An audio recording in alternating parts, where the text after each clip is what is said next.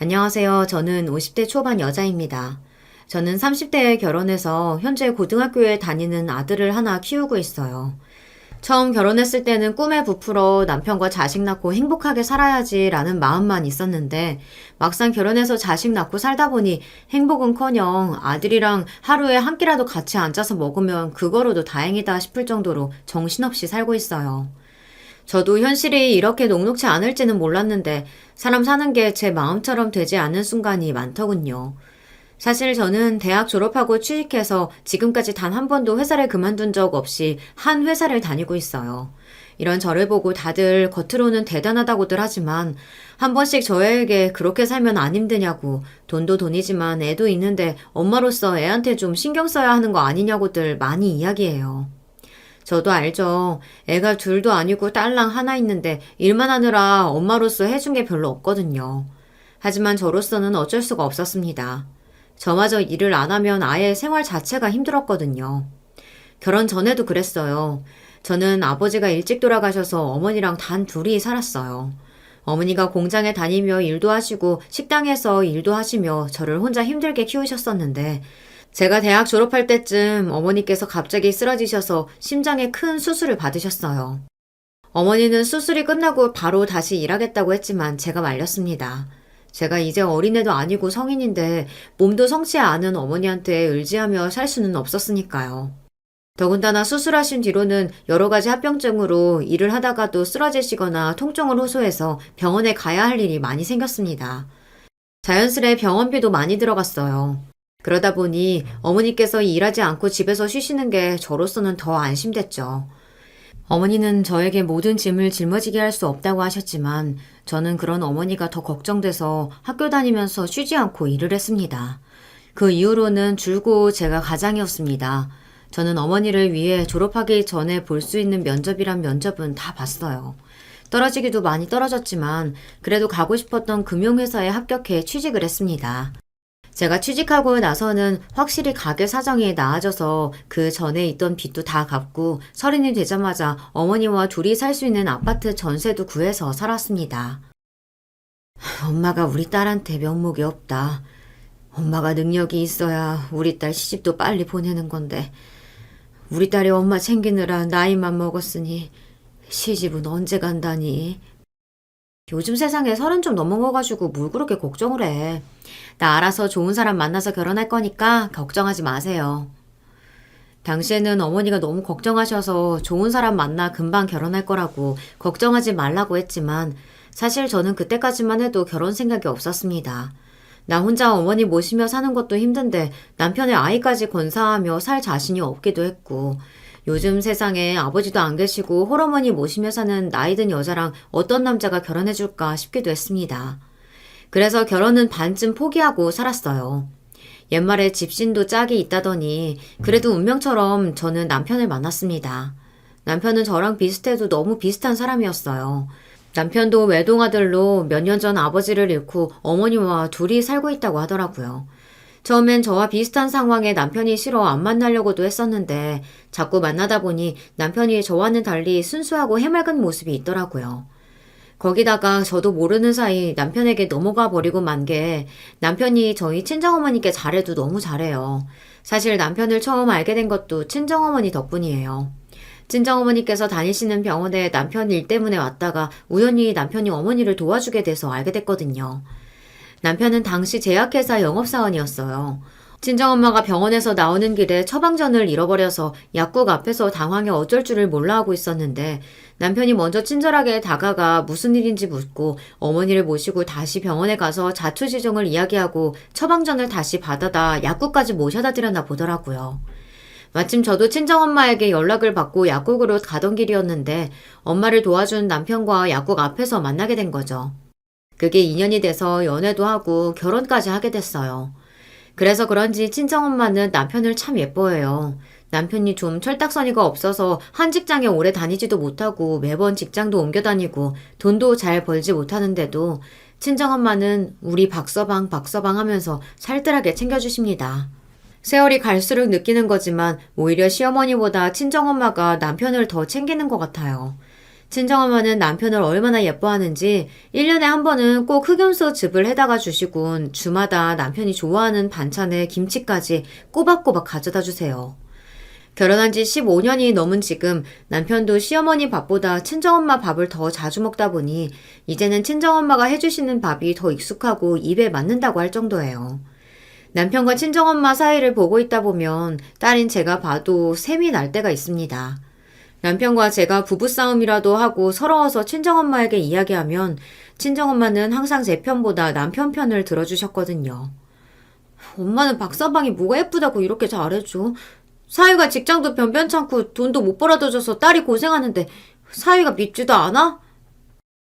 결혼하기 전에도 결혼하고 나서도 제가 집안의 가장으로 살다 보니 한 번씩 서럽고 답답할 때가 있어요. 저도 힘들어서 누군가에게 기대고 싶기도 하고 의지하고 싶을 때가 있기도 한데 남편은 그럴 만한 그릇이 되질 않았죠. 남자라고 무조건 나가서 돈 많이 벌고 가장이라고 가족 책임지는 게 뭐 당연한 건가? 부부면 그냥 각자 잘하는 거 하면서 사이좋게 살면 되지. 그러니까 너도 박서방한테 잔소리 좀 작작해. 우리 박서방이 돈은 좀 못 벌어도 사람 하나는 좋잖아. 엄마는 행여나 박서방 듣는 데서 그런 이야기 하지 마. 안 그래도 생활력이라고는 없는 사람이 그런 소리까지 들으면 아주 신이 나서 또 회사 그만둔다고 할 거야. 말이 씨가 된다고 저는 친정엄마 말에 무서워서 말 조심하라고 했습니다. 안 그래도 남편이라고 한 직장에 진득하니 붙어있지도 않고 여기저기 옮겨다녀서 걱정이었는데 이 김에 아예 집에 눌러앉기라도 할까봐 걱정됐거든요. 제 남편이 그래요. 남자가 생활력이라고는 눈꼽만치도 없습니다. 남편도 저처럼 가정 형편이 넉넉하지 않은 상황에서 살았다는데 왜 저렇게 생활력이 없는지 모르겠어요. 그나마 결혼 초기에는 제약회사에 다니며 꼬박꼬박 월급이라도 받아왔는데 그것도 1년 정도 다니더니만 매일 새벽부터 운전하고 늦게까지 다니는 게 힘들다면서 결국은 못 버티고 그만뒀습니다. 그리고 나서는 본인은 직장 생활이 안 어울린다며 친구가 하는 과일 가게 사업에 돈까지 투자하고 뛰어들더니만 그것도 장사가 안 돼서 쫄딱 말아먹고 1년을 넘게 집에 있었습니다. 그때가 아마 제 인생에서 가장 힘들고도 행복했던 시간이었던 것 같아요. 무슨 말이 그렇냐고요? 그런데 진심이에요.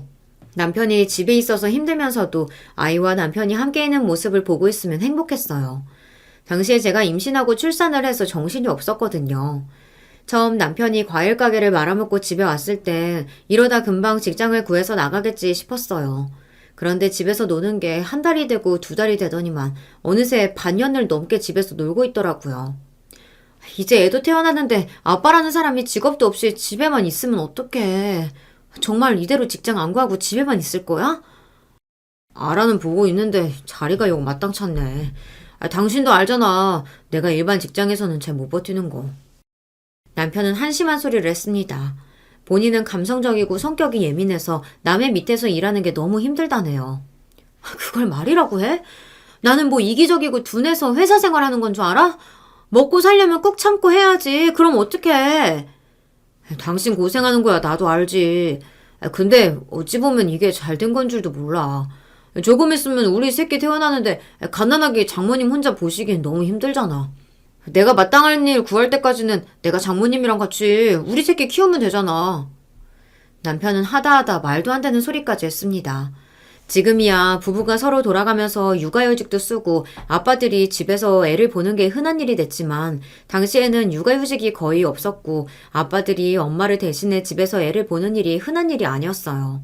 그러다 보니 저도 남편이 하는 말이 이해가 되질 않았었죠. 일하기 싫으니까 별 말도 안 되는 소리 다 하네. 당신이 일도 안 하고 집에서 애 보고 있으면 당신 엄마가 행여나 좋아하시겠다. 다른 걸 다 떠나 저는 자리에 있지도 않은 시어머니 눈치가 보였습니다. 안 그래도 시어머니는 제가 남편보다 직장도 좋고 돈도 더 많이 번다고 남편 기죽이지 말라고 툭하면 싫은 소리를 하시는데요. 남편이 일까지 아예 안 하고 집에서 애를 보면 아마 제가 시킨 줄 알고 저를 가만히 안 두실 거예요. 당신 처음 임신했을 때 생각해봐. 임신했다고 회사에 이야기할 생각에 걱정했던 거 기억 안 나? 내가 집에 있으면 당신 회사에 눈치도 안 보고 다녀도 되고 얼마나 좋아. 남편 말이 맞아요. 제 아들에게는 미안하지만 사실 처음 임신했을 때 마냥 좋지만은 않았어요. 그럴 수밖에 없었던 게 당시에 지금처럼 육아휴직이 있을 때도 아니라 여자가 임신하면 회사에서 눈치를 많이 줄 때였거든요. 보통 다른 여자들은 임신하면 회사를 그만두는 게 보통 있는 일이다 보니 저로서는 마냥 즐거워할 수가 없었죠. 당장 제가 회사를 그만두면 우리 집부터 친정엄마까지 살 길이 막막하니 걱정이 이만저만이 아니었습니다. 이런 사정을 잘 아는 친정엄마는 제가 임신했다는 말을 듣자마자 제가 걱정한다는 걸 알고 애를 봐준다고 하신 거예요. 반면 시어머니는 제가 나이가 있어서 애가 안 생길 줄 알았는데 그나마 본인 아들이 건강해서 생긴 거라고 굳이 듣기 싫은 이야기를 하셨어요. 그런 상황이다 보니 저는 배가 불러서도 그 전과 다름없이 똑같이 출근하고 퇴근했습니다. 점점 배가 불러올수록 저는 마음이 다급했어요. 애가 태어나면 어떻게 해야 하나 걱정이 많았거든요. 그런데 그런 상황에서 남편이 집에서 아이를 봐준다고 하니 저는 또 물색 없이 마냥 좋기는 했습니다. 사실 남편이 나가서 돈을 벌어봐야 얼마 되지도 않고 괜히 사고나 치면 더 골치가 아프기도 하니까요. 그럴 바에 남편이 집에서 얌전히 애를 봐준다면 제가 일에만 매진할 수 있으니 어쩌면 그게 나을지도 모르겠다는 생각이 들었습니다. 얼마 뒤 뱃속에 있던 아이가 태어나고 남편은 그때까지 취직을 못했어요. 사실 저도 남편에게 꼬치꼬치 묻지는 않았지만 남편도 어차피 이렇게 된 거 열심히 직장을 구할 생각을 안 했던 것 같아요. 친정엄마께서 당연히 당신의 아이를 봐주겠다고 하셨지만 딸인 저로서는 죄송했습니다. 친정엄마가 젊어서부터 심장수술을 2번이나 받으셨기에 몸도 많이 약하시고 면역력도 비슷한 연배의 분들보다 약하세요. 그런 분이 갓난아기를 혼자 본다는 게 쉬운 일이 아닌데 너무나 당연하게 봐주신다고 하니 감사하고 죄송했죠. 그래도 다행인지 불행인지 남편이 함께 아이를 볼 수 있다고 하니 저는 뒷일을 생각하지 않고 마냥 다행이다 싶었습니다. 적어도 엄마 혼자 아이를 보는 것보다야 남편이 있는 게 더 나을 것 같아서요. 그런데 제 생각이 맞았습니다. 남편이랑 친정엄마 사이가 워낙 좋아서 그런지 둘이 손발을 맞춰가며 아들을 너무 잘 봐줬거든요. 남편은 저희 친정엄마 힘들까봐 먹이고 재우는 건 다 본인이 했고 친정엄마는 사위 힘들까봐 남편이 먹을 밥이나 빨래, 청소 같은 집안일들을 도맡아서 해주셨어요. 더군다나 생각보다 남편이 애 키우는데 재주가 있더라고요. 친정엄마가 집에 돌아가시고 나면 남편이 혼자 온전히 아이를 돌봤는데요. 제가 일이 많아 야근하고 오면 혼자 아이를 싹 씻기고 재웠더라고요. 그런 모습을 보고 있으면 저는 괜히 가슴이 뭉클했습니다. 그래서 다음날 아침이면 남편을 믿고 출근할 수 있었어요. 그러던 어느 날 우려했던 일이 벌어지고 말았습니다. 아들이 돌이 좀 지났을 때인데 시어머니가 우연히 집에 오셨다가 남편이랑 친정엄마가 아들을 돌보고 있는 모습을 보시고야 말았어요. 이게 무슨 일이야? 평일에 이 시간에 네가 왜 사돈이랑 집에 있어? 가게 안 나갔어? 저희가 시어머니에게 말을 하지 않은 게 하나 있습니다. 남편이 과일 가게를 접고 취직하지 않고 집에 있다는 이야기를 시어머니에게 하지 않았어요. 그래서 시어머니는 남편이 아직 과일 가게를 운영하는 줄 알았죠. 아이는 사돈인 저희인 친정엄마가 혼자 봐주시는 줄로만 알고 있었어요. 당연히 사돈이 애를 보고 있는 줄 알고 근처 시장에서 애 주려고 내복 몇 장을 사고 주고 가려다가 남편을 딱 마주친 거죠. 아, 엄마, 그게 사실은 어떻게 된 거냐면 생각보다 과일 가게가 잘 안 돼서 그냥 접었어. 이대로 뒀다가는 망할 것 같아서. 아휴, 남자가 사업하다 보면 망할 수도 있는 거지. 그걸 가지고 집구석에서 이러고 있으면 어떡해? 하루라도 빨리 나가서 일을 구해야지. 나도 나가서 일하고 싶지. 근데 이제 나이가 있어서 그런지 영 취직이 안 되네. 그래서 그냥 당분간은 장모님이랑 같이 집에서 애 보기로 했어. 남편의 장점이자 단점이 사람이 참 구김없이 해맑다는 겁니다. 자기 엄마 성격을 도무지 모르는지 그 상황에서 해맑게 애를 본다는 말을 하고만 거예요. 말도 안 돼. 도대체 네가 뭐가 부족해가지고 집에서 애를 보고 있어? 아유, 안 되겠다. 도대체 준영의 미는 무슨 생각으로 내 아들을 애나 보라고 자기 엄마랑 붙여놓는 건지. 세상에, 이게 말이나 돼? 당장 준영의 미 불러. 그리고 얘는 애 엄마가 지금 시간이 몇 시인데 아직도 집구석에 안 들어왔어? 남편이 집에서 애를 본다는 말에 흥분한 시어머니는 난리를 치며 저를 찾으셨대요. 그 모습에 당황한 친정엄마가 시어머니를 다독이셨고요. 사돈, 진정 좀 하세요. 물론 박서방이 가게 그만둔 걸 모르시고 있으셨으니 놀라실 만도 합니다. 하지만 박서방이 나쁜 짓을 한 것도 아니고 조금 쉬면서 자기 아들 키우는 건데 그걸 가지고 왜 그렇게 화를 내세요? 더군다나 준영이 엄마도 놀러 나간 것도 아니고 새 가족 살려보겠다고 일하러 나간 거잖아요. 친정엄마는 힘들게 애보고 있는 사람들 앞에서 시어머니라고 뭐라고 되는 것처럼 큰소리치고 자기 딸 험담이나 하는 시어머니가 너무 얄미우셨대요. 생각 같아서는 그럼 당신이 애보라고 다 내던지고 나오고 싶었지만 저와 남편을 생각해서 꾹 참으셨답니다. 사돈이 아들이 없어서 모르나 본데 세상에 어떤 아들 가진 부모가 내 귀한 아들이 집구석에서 애나 보고 있길 바란답니까? 그 와중에 시어머니는 눈치도 없이 자기 아들만 귀하다는 식으로 이야기를 하니 친정엄마는 기가 차서 혈압이 바짝 오르셨답니다. 어머, 사돈이야말로 말씀 이상하게 하시네요. 자기 자식 키우는데 딸 아들이 어디 있어요? 우리 딸이 나가서 일하니까 그 사이에 애 아빠가 애 좀 볼 수 있는 거죠. 친정엄마도 웬만하면 참아보려고 했는데 시어머니가 정도를 모르고 자꾸만 이상한 소리를 하니 가만히 듣고만 있을 수가 없었대요. 아이고 사돈, 입이 있으면 말 똑바로 하세요. 사돈이야말로 애들한테 돈 받고 애 봐주시는 거 아니에요? 그럼 사돈이 혼자 애를 봐야지. 왜 내 아들까지 부려먹고 그래요? 와, 사돈 대단하시네요. 지금 이 상황에서 어떻게 돈 얘기를 해요? 그래요. 이왕 이렇게 된 거 사돈이 먼저 돈 얘기 꺼내셨으니까 나도 안 참고 한마디 하겠습니다. 애들한테 돈 나만 받나요? 사돈도 꼬박꼬박 용돈 받으시잖아요. 그나마 나는 애라도 봐주지. 사돈은 내 딸이 준 돈으로 매일 놀러만 다니면서 툭하면 와서 잔소리나 하고. 더군다나 박서방이 결혼하고 일이나 제대로 한 적이 있어요? 내 딸이 혼자 벌어서 사는데도 나나 사돈이나 둘 다 내 딸한테 용돈 받았었잖아요. 결혼할 때 남편하고 약속한 게 있었어요. 저나 남편이나 둘 다 아버지는 안 계시고 어머니만 혼자 사시다 보니 다른 건 몰라도 양가 두 분에게 용돈은 똑같이 드리기로 했습니다.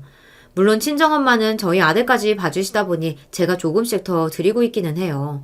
남편도 당연히 그래야 한다고 했고요. 그런데 시어머니가 그걸 가지고 엄마 혼자 애를 봐야 한다는 소리까지 하니 정말 기가 찼습니다. 어머 말하는 것 좀 봐. 내 아들이 돈 못 벌기는 왜 못 벌어? 멀쩡히 직장도 다니고 가게 장사까지 했던 건데 이게 다 준영이 애미가 내 아들 부려먹으려고 일도 못하게 하고 가게도 못하게 하고 그래서 그런 거잖아요. 시어머니는 또 제가 남편 하는 일을 못하게 했다는 소리를 했어요. 세상 천지에 어떤 아내가 남편 일을 못하게 하나요? 그런 사람이 어디 있겠습니까? 시어머니는 자기 혼자 도무지 무슨 생각을 하고 사는 건지 저를 나쁜 년으로 만들지 못해 안달이었습니다. 아이고, 저렇게 자기 아들을 모르면서 괜히 며느리만 잡고 있네. 박서방, 뭐하나? 자네가 어머니께 제대로 말씀드려. 이게 다 자네가 엄마한테 말을 안 하니까 내 딸만 싫은 소리 듣고 있는 거잖아. 어머머머, 사돈. 왜 내 아들한테 뭐라고 하고 그래요? 아들, 너희 장모 같이 애 보면서 너한테 매일 이러는 거 아니니? 너 구박하는 거 아니냐고. 자기 딸려는 나가서 돈 번다고 남편이랑 애랑 다 내팽개치고 다니는데 어디서 미안한 줄은 모르고 불쌍한 내 아들한테 큰 소리야. 시어머니는 자기 혼자 중얼거리는 것처럼 말했지만 친정엄마가 다 들으시게 제 욕까지 했습니다. 뭐예요? 지금 뭐라고 했어요? 내 딸더러 연이라고 한 거예요? 이 사람이 정말 정신이 나갔어! 친정엄마와 시어머니는 결국 감정 싸움까지 하게 됐습니다. 친정엄마도 절대 누구랑 싸우는 사람이 아닌데 시어머니가 자리에 있지도 않은 제 이야기를 자꾸만 하니 참을 수가 없으셨던 거죠. 엄마 도대체 왜 이래? 엄마가 자꾸 말도 안 되는 소리 하니까 장모님도 화나서 그러시는 거지. 엄마 그만하고 나랑 나가요. 나가서 얘기해. 결국은 남편이 나서서 시어머니를 말렸지만 소용없었습니다. 내가 왜 나가? 내 아들 집인데. 내가 왜 나가냐고? 듣기 싫으면 듣기 싫은 사람 나가라고 해. 시어머니는 말이 통하지 않는 분이었어요. 곧 죽어도 자기는 잘못한 게 없다면서 자기 아들은 애나 보고 있을 사람이 아닌데 부려먹은 저와 친정엄마가 잘못한 거라네요. 도대체 부려먹긴 누가 부려먹었다고 그래? 애 아빠가 자기 애 보는 게 어떻게 부려먹는 거야? 아휴, 저런 사람이 시어머니니 내 딸이 혼자 얼마나 가슴앓이하고 힘들었을 거야. 박서방, 나는 도저히 이 꼴 보고는 한시도 여기 못 있겠네. 나 더는 애 보러 못 오니까 잘난 자네 어머니더러 보든지 말든지 알아서 하시라고 해. 제가 퇴근하고 집에 왔더니 친정엄마랑 남편은 없고 시어머니만 저를 기다리고 계셨어요. 나중에 들었는데 친정엄마가 화가 나서 가겠다고 하시니 남편이 죄송해서 따라 나갔나 보더라고요. 집에라도 모셔다 드린다고요. 당시에 저는 무슨 상황인지조차 몰라서 어리둥절하고 있었는데 시어머니는 저를 보자마자 다짜고짜 화를 냈습니다.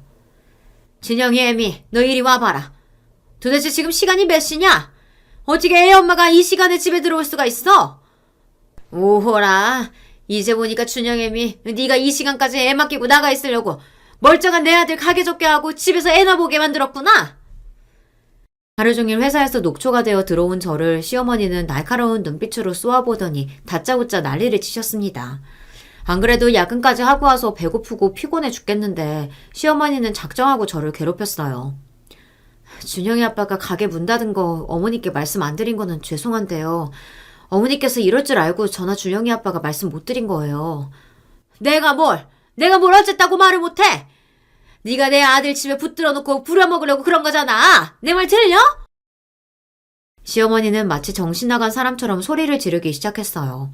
방에서 자고 있던 아들이 깨서 울 정도로 고함을 질렀습니다. 어머니 왜 이렇게 화를 내세요? 과일가게 제 마음대로 문 닫게 한 거 아니에요. 장사가 너무 안 돼서 월세도 제대로 못 내니까 준영이 아빠가 그만둔 거예요. 월세도 못 벌 정도로 가게가 안 되는데 계속 적자 보면서 장사할 순 없잖아요.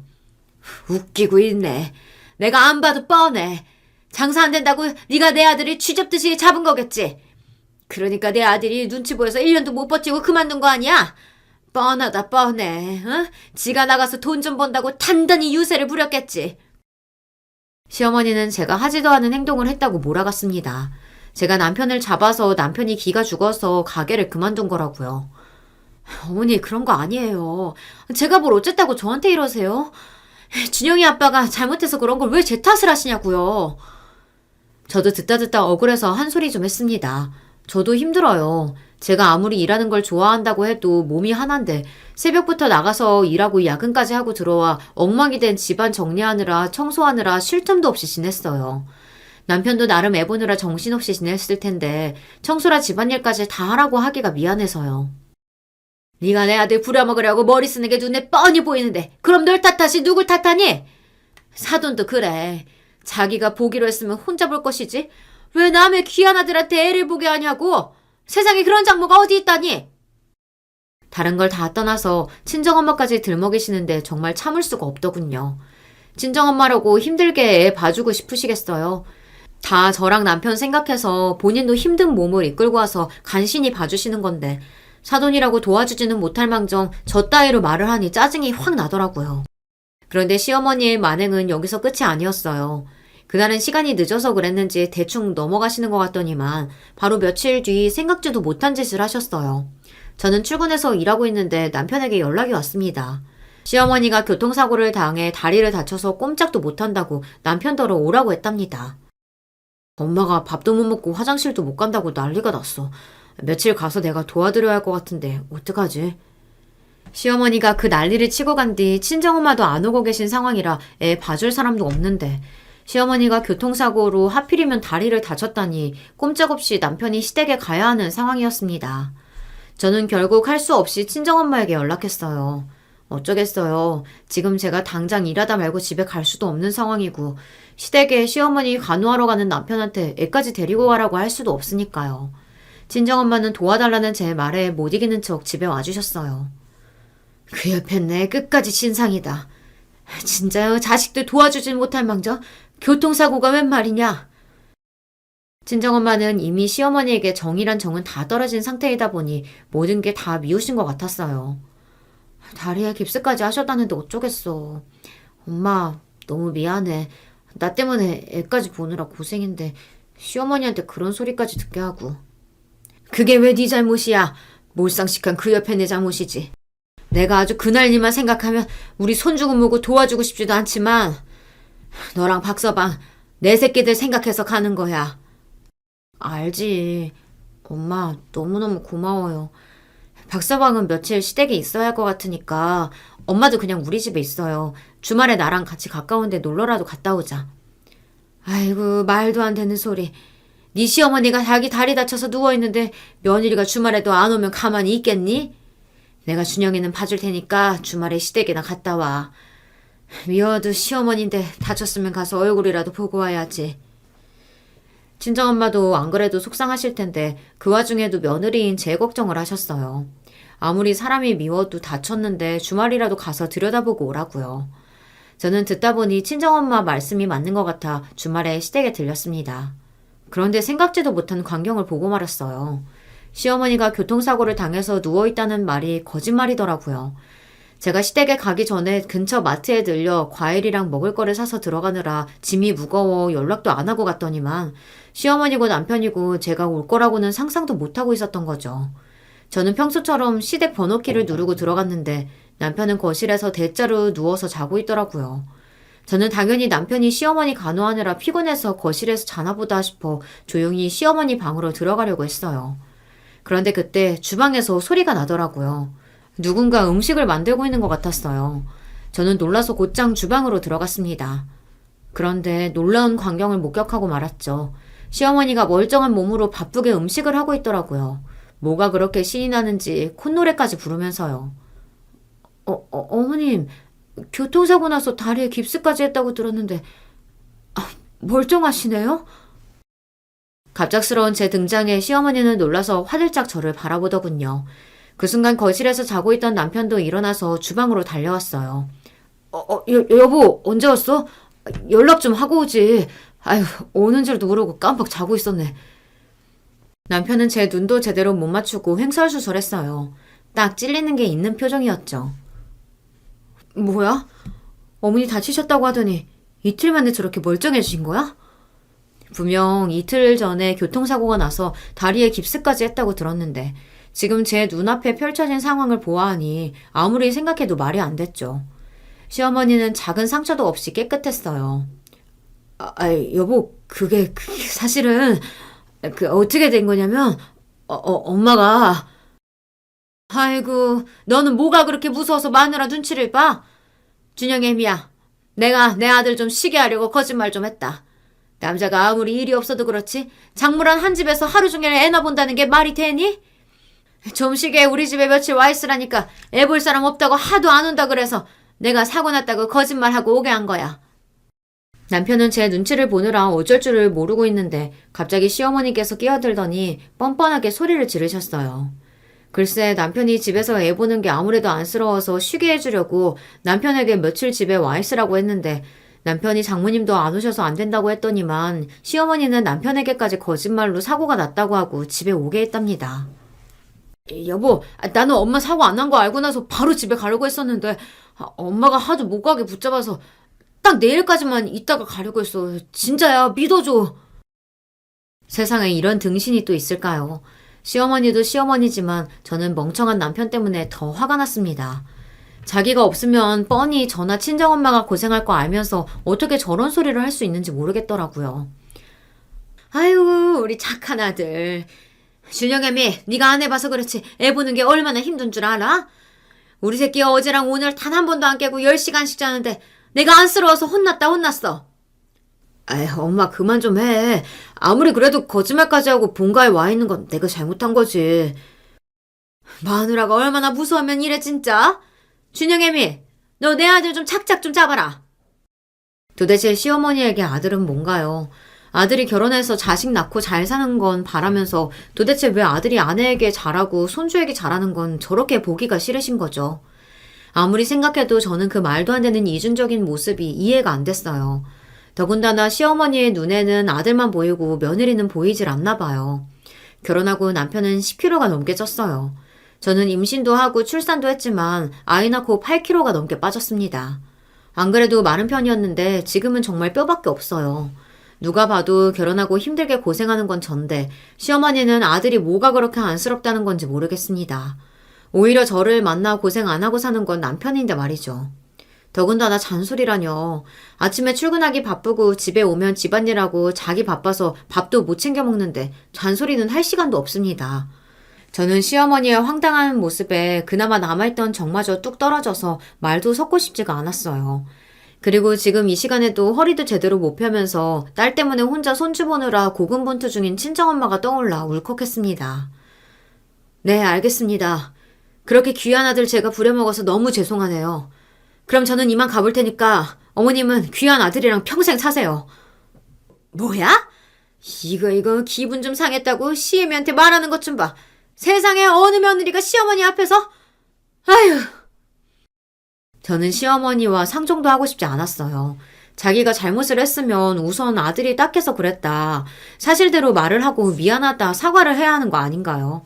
오히려 저한테 큰 소리를 치는데 정말 기가 막혔어요. 저는 시어머니의 뻔뻔함에 말문이 막혀 그대로 시댁을 나오려고 했습니다. 그런데 그때 남편이 급하게 따라 나오는 소리가 들리더라고요. 여보, 내가 잘못했어. 나 옷만 가지고 나올게. 같이 가자. 나도 우리 준영이 너무 보고 싶어. 됐어. 나도 당신 참을 만큼 참았어. 어머님도 어머님인데 당신 하는 걸 보니까 내가 진짜 그동안 헛살았다 싶다. 그냥 당신은 당신 어머님이랑 살아. 준영이 내가 키울게. 여보, 왜 그래? 같이 가. 아휴, 엄마 때문에 이게 뭐야? 나 준영이 엄마 따라갈 거니까 다시는 이런 거짓말 하지 마세요. 제가 남편을 두고 시댁을 나서려고 하자 남편이 시어머니에게 버럭 화를 내고 따라 나오려고 했어요. 그러자 시어머니가 그게 또 마음에 안 들었는지 갑자기 저를 따라오더니 제 머리끄댕이를 잡더라고요. 이게 어디서 감히 남편이랑 시어머니 사이를 갈라놓으려고 이간질이야? 네가 아주 내 아들을 뺏어가려고 작정을 했구나. 곧바로 남편이 달려와 시어머니를 저에게 떼어내긴 했지만 저는 시어머니의 무식한 행동에 놀라서 어안이 다 벙벙했습니다. 정말 제정신이 아닌 것 같았어요. 엄마 미쳤어? 제발 그만 좀 해. 여보 미안해. 우리 엄마가 화나면 정신이 나가서 그래. 우리 그만 집에 가자. 장모님이랑 준영이가 기다리겠어. 너무 놀라서 저는 정신이 다 없었어요. 아무리 무식하고 몰상식한 시어머니라고 해도 이런 짓까지 할 줄은 몰랐습니다. 순간 저는 시어머니가 드디어 노망이 난 건 아닌가 싶을 정도로 어이가 없었죠. 그날 이후 반년 넘게 저는 시어머니를 만나지 않았습니다. 그래도 남편은 간혹 연락도 하고 시댁에 애를 데리고 가는 것도 같았지만 저는 진심으로 시어머니를 만나고 싶지 않아서 가지 않았어요. 그러자 시어머니는 저에게 전화해서 한 번씩 막말을 했어요. 뻔하죠 뭐. 네가 그러고도 며느리냐, 나가서 돈 좀 번다고 생색이냐 난리였어요. 저는 그런 말은 이제 귀에도 들어오지 않았습니다. 더는 시어머니가 무섭지도 신경 쓰이지도 않았거든요. 그러든지 말든지 그래봤자 제가 주는 용돈으로 살면서 양심도 없다 생각하고 안 보고 살면 그만이다 싶었어요. 안 그래도 살기 바쁜데 시어머니까지 신경 쓰고 살 여력이 없었거든요. 그러던 어느 날이었습니다. 살다 보니 좋은 날도 있더군요. 저에게 너무나도 좋은 일이 생겼어요. 최근 주주총회에서 제가 차기 사장으로 취임하게 됐습니다.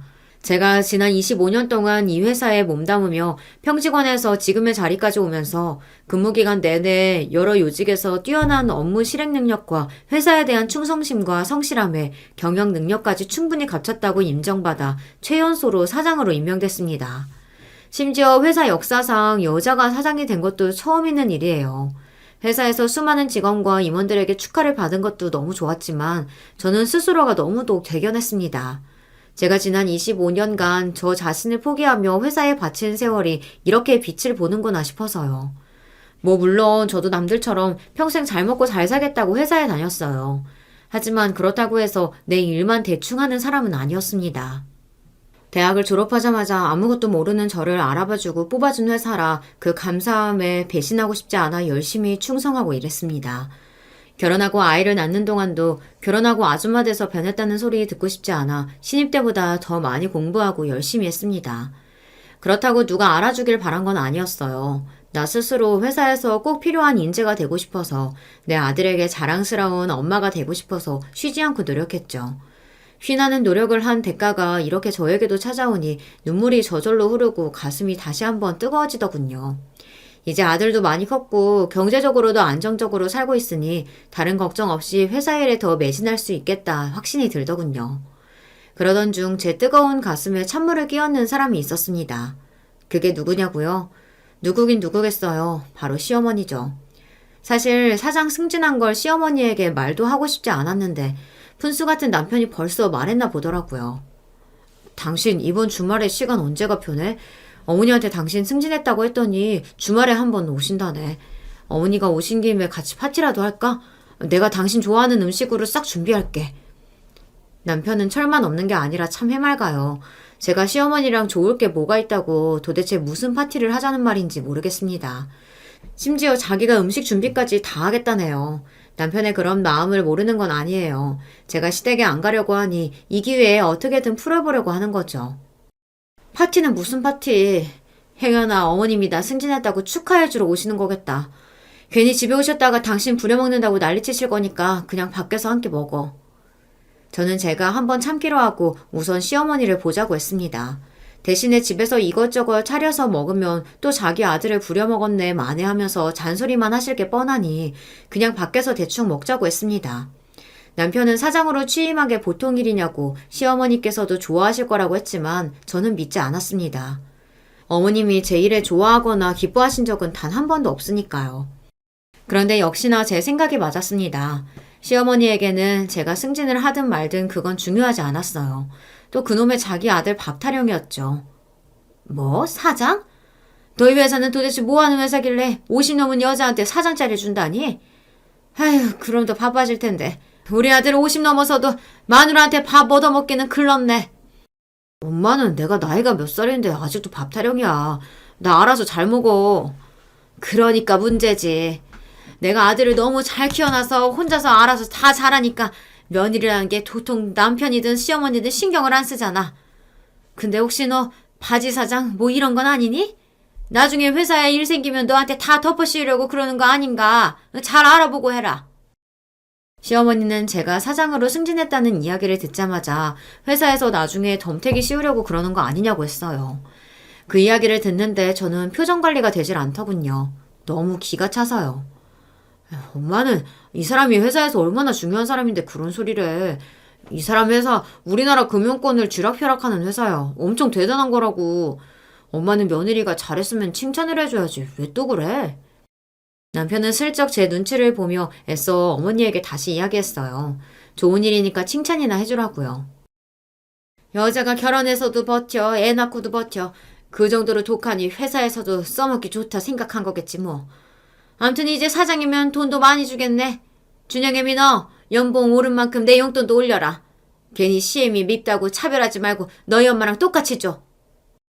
시어머니의 말에 저는 저절로 미간이 구겨졌습니다. 사람이 참 염치라는 게 없어요. 자기가 어떻게 우리 엄마를 거론해요. 뭐 잘한 게 뭐가 있다고요. 순간 저는 욱해서 시어머니를 쏘아보았습니다. 어머님, 양심이 없으신 거 아니에요? 지금까지 저한테 뜯어간 돈이 얼만데 또 돈 얘기를 하세요? 지금 어머니께 드리는 용돈도 저로서는 드리고 싶지도 않은데 자식으로서 어쩔 수 없는 도리로 하는 거예요. 그러니까 더는 못 올려드려요. 저도 이제 50이 넘었습니다. 언제까지 시어머니라고 참고만 있을 수는 없어요. 지금까지 제가 시어머니에게 당하고 산 게 몇 년인데 이제 더는 바보처럼 이용만 당하기 싫었어요. 그런데 그때 제 말에 열이 오른 시어머니가 자리에서 일어나 저에게 다가오더니 다짜고짜 제 뺨을 갈겼어요. 그러더니 한다는 말이 가관이더군요. 뭐 이년아? 이게 돈 좀 번다고 오냐오냐해졌더니 시어머니를 거지로 봐? 네가 그깟 회사에서나 사장이지 나한테도 사장이냐? 어디 감히 며느리가 시어머니한테 기어올라? 너는 먼지 날리게 맞아볼래? 시어머니는 결국은 또 지랄 맞은 성미를 참지 못하고 식당에서 몰상식하게 굴었습니다. 손님들이 다 쳐다보고 남편이 말리는데도 저를 가만히 두지 않겠다고 달려들었어요. 엄마 그만 좀 해. 사람들 다 쳐다보는데 뭐 하는 거야. 이 손 좀 놓으라고. 남편이 말리는데도 시어머니는 또 제 머리채를 잡았습니다. 그 순간 저는 실소가 터졌어요. 그럼 그렇죠. 이 미친 시어머니가 늙는다고 변할 리가 없었습니다. 오히려 늙고 병약해지니 고집이 더 세졌어요. 그 순간 저도 결단이 서더군요. 아, 나도 참을 만큼 참았다. 더는 구질구질해서 이렇게는 못 살겠다 싶었죠. 이거 나 놓으라고! 당신이 몰라서 그러는데 나 당신 사장이나 다름없어. 지금까지 당신이 아들한테 받아서 쓴 병원비의 용돈 그거 다 내가 준 거야. 당신 등신 아들 3년째 백수인 거 몰랐지? 저 인간 결혼해서 평생 벌어온 것 없이 내 등에 빨대 꽂고 살았다고. 저는 제 머리채를 잡은 시어머니의 팔을 잡아 바닥으로 내동댕이 쳤습니다. 한 번 참지 두 번은 절대 못 참으니까요. 그러고는 저도 고래고래 소리를 질렀어요. 저는 남편이고 뭐고 보이지 않았습니다. 시어머니를 시어머니라고 부르고 싶지도 않았거든요. 뭐야? 아들, 이 미친년이 지금 뭐라는 거니? 네가 백수는 왜 백수야? 엄마, 맞아. 엄마가 속상해할까봐 말 못했는데 사실 나 3년 전에 회사 잘렸어. 그 이후로 준영 엄마가 가장이고 난 집에서 살림만 했어. 살림? 네가 왜 살림을 해? 마누라가 있는데 내 아들이 왜 살림을 하냐고? 준영애미, 네가 말해봐라. 네가 뭔데 내 아들을 부려먹어? 시어머니는 생각이 없어도 너무 없어요. 이쯤 되면 눈치를 채고 바짝 엎드려야 하는 건데 어쩜 저렇게 가진 것도 없는 주제에 머리까지 나쁜지 모르겠어요. 돈을 못 버니까 살림하는 거죠. 그럼 제가 돈도 버는데 살림까지 해요? 암튼 살림이든 뭐든 저도 이제 질렸어요. 며느리한테 막말하고 손찌검까지 하는 시어머니 뭐가 이쁘다고 생활비에 용돈에 병원비까지 다 내가면서 살아요. 나 준영 아빠랑 이혼하고 당신 며느리도 반납할 거니까 그런 줄 알아요. 저는 진심이었어요. 애도 이제 다 컸고 남편이랑 대단히 사이가 좋은 것도 아닌데 제가 뭐하러 이런 취급을 받으면서 살겠어요. 저는 그 자리에서 벌떡 일어났습니다. 그 순간만큼은 이제 다 끝이라고 생각했어요. 그때였어요. 생각지도 못한 일이 벌어졌습니다. 남편이 자리를 박차고 나가려는 저를 붙잡더니 제 앞에 무릎을 꿇었어요. 그러더니 한다는 말이 놀라웠습니다. 여보, 이혼이라니. 난 당신이랑 이혼 못해. 우리 어머니 저러는 거 하루 이틀 아니잖아. 내가 당신한테 더 잘할게. 제발 용서해줘. 이혼은 절대 안 돼. 뭐 하는 거야? 내 말 못 들었어? 당신 엄마라는 사람 때문에 도저히 못 살겠다니까? 그럼 당신은 이제 우리 엄마 만나지 마. 엄마한테도 내가 다시는 당신 앞에 나타나지 말라고 할게. 여보, 이러지 마. 나 당신 없으면 못 살아. 남편은 제 다리를 잡고 놔주지 않았습니다. 저랑은 절대 이혼 못한다면서 어머님이랑 제가 다시는 만나게 하지 않게 해주겠다네요. 남편의 모습에 저도 기가 막혔는데 시어머니는 더 기가 찼을 거예요. 뭐야? 이 자식이? 너 지금 아들이라는 놈이 엄마랑 인연 끊고 살겠다는 거야? 엄마야말로 그만 좀 해. 자꾸 이러면 나도 진짜 엄마 안 보고 살 거야. 그 순간 시어머니의 표정을 저는 아마 평생 잊지 못할 거예요. 이런 말까지 하기 그렇지만 정말 속이 다 시원했어요. 남편이 철없고 생각은 좀 없어도 그동안 자기 엄마한테는 비교적 잘했거든요.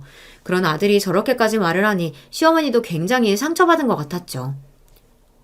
아들, 너 어떻게 엄마한테 그렇게 말할 수가 있어? 이 엄마가 너 아니면 누가 있다고 이래? 엄마야말로 준영이 엄마한테 왜 그러는 거야? 나 준영이 엄마 없으면 못 살아.